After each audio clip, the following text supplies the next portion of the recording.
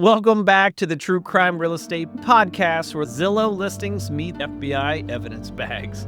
I'm your host, Adam Ashba, and today we're going to be talking about the open house from hell, the Ed Gein's Farmhouse. Now, as a real estate broker, I have seen some dirty houses in my career, but this one is really interesting. We're heading to rural Wisconsin that destroyed the concept of curb appeal forever. Today's property is a modest two-story farmhouse. Sounds cute, right? It was built in 1900, and it's roughly 1,700 square feet, 3 to 4 bedrooms. Now, there's a reason why we're not quite sure exactly how many bedrooms. We'll discuss that later in the podcast. And it sits on 195 acres. In today's dollars, this property would be around $945,000. But this is the farmhouse of the famous Ed Gein. Now, a lot of people don't know who Ed Gein is. That name doesn't ring a bell. Obviously, a lot of serial killers will be covering Jeffrey Dahmer and the Night Stalker, Richard Ramirez. But Ed Gein is someone that a lot of people don't talk about. Now, Netflix just on Ed Gein on Monsters. And it was actually a really good series. People made fun of his voice because it was high-pitched. That was his least of his worries. Ed was born in 1906 in Plainfield, Wisconsin. Population basically zero. I looked up, I think on the 2020 census, it was like 900 people. So basically zero. I doubt if they had a Walmart or any fast food chains there. He grew up under his just iron rule mother, Augusta. And she basically had the world philosophy that the world was evil, women are sinful, and that really didn't help Ed being a social success. And we'll soon find out. Ed did not date, never moved out. When Augusta died in 1945, Ed didn't do well with that. I don't think most men want their moms to die, right? I'm close to my mom, but he was not emotionally healthy when that happened.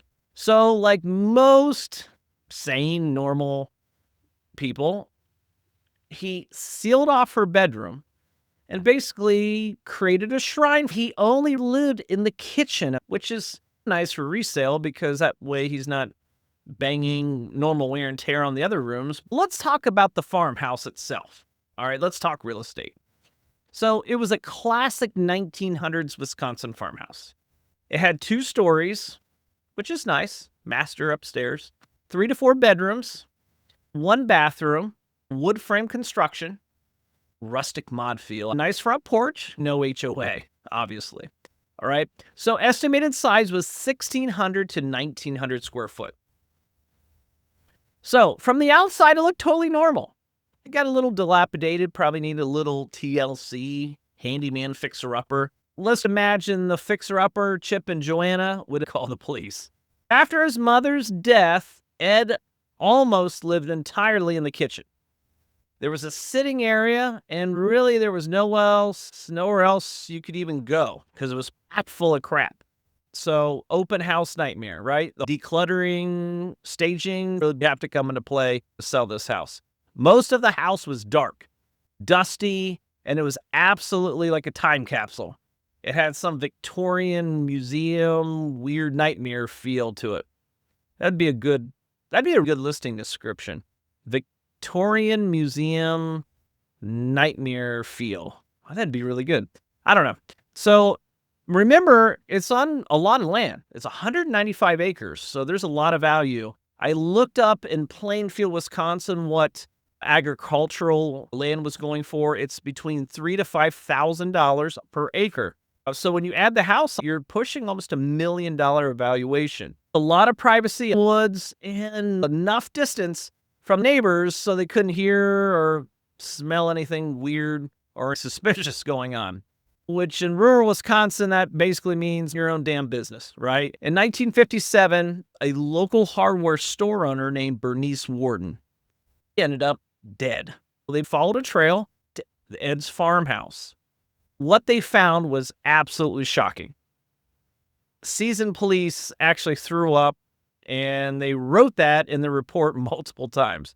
So It was pretty bad. The house was used for purposes that were not covered under most building code or HOA restrictions. The kitchen, that's the one that Ed used, was ground zero for his laboratory of madness. But everything else was lightly used, positive for resale. So let's talk about the cultural impact that this whole story had. So this is where it gets weirdly influential. Ed Farmhouse kind of, in a weird way, inspired some really popular American horror films, such as Psycho, Leatherface from the Texas Chainsaw Massacre, because he actually wore the skin of the people that he killed. So what happened to the iconic farmhouse? The house was eventually abandoned. It was scheduled for auction, and it mysteriously burned down in 1958, less than 1 year after Ed was discovered to having this grisly laboratory in his kitchen. I don't know what you want to call it. Honestly, it's probably best for the house. Today, nothing remains. There's no structures, there's no foundation. It's just, and the reputation you cannot stage away. So let's talk about the real estate. So if the house existed today, the house itself could be worth anywhere from $200,000 to $300,000. And then when you add that in acres on top of it, that's almost $1 million in actual value. But would anyone buy it? That depends. If you have a tolerance for history and how comfortable you be answering questions, then yeah, probably someone would. I guess the lesson here is simple. You can renovate kitchens, you can rip out the carpets and replace those, but you cannot flip infamy. Thanks for watching this episode of The Open House from Hell, the Ed Gein's farmhouse story. Like and subscribe, and catch us on the next episode.